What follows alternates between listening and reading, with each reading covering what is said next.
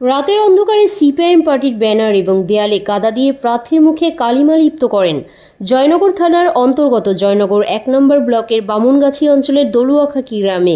সিপিআইএমের ব্যানারে প্রার্থী সৃজন ভট্টাচার্যের মুখে কাদা দিয়ে মুখটি ছিন্ন বিচ্ছিন্ন করেছে এবং দলুয়াখাকি গ্রামের দেয়ালে কাদা দিয়ে সিপিআইএম পার্টির প্রতীকের ওপর কাদা দিয়ে মুছে দিয়েছে। এমন চিত্রই ধরা পড়ল দলুয়াখাকি গ্রামের হালদারপাড়ায়। গত ১৩ই নভেম্বর বামনগাছি অঞ্চলের অঞ্চল সভাপতি সাইফুদ্দিন লস্কর খুন হয়।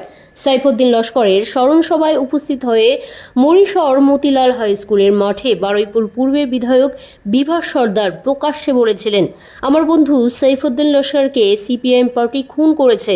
আমি এখান থেকে বলছি, সিপিআইএম পার্টির পতাকা বামনগাছি অঞ্চলের এমনকি দলুয়াখাকি গ্রামে কোনো জায়গায় সিপিআইএম পার্টির পতাকা লাগাতে দেব না। তারই কি প্রমাণ এই দলুয়াখাকি গ্রামের হালদারপাড়ায় এবং দলুয়াখাকি ঢালিপাড়ায় সিপিআইএম পার্টির ব্যানারে ও সিপিআইএম পার্টির লেখা দেয়ালে কাদা দিয়ে সিপিআইএম পার্টির প্রার্থীর মুখে নেপে দিয়েছে। এ থেকে প্রমাণ হয় বারুইপুর পূর্বের বিধায়ক বিভাস সর্দার যে বক্তব্য দিয়েছেন তারই প্রমাণ দলুয়াখাকি গ্রামে দেখা গেল।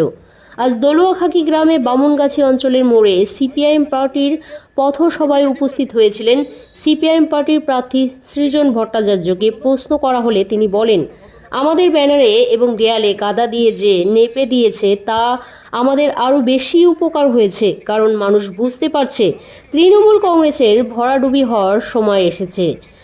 আমাদের কাদা দিয়ে নেপে দিক না কেন, মানুষ তাদের ভুল বুঝতে পারছে। তিনি দাবি করেন, যারা মানুষের পাশে সুখ দুঃখে সবসময় থাকবে তাদেরকে আপনারা তাকেই ভোট দেবেন।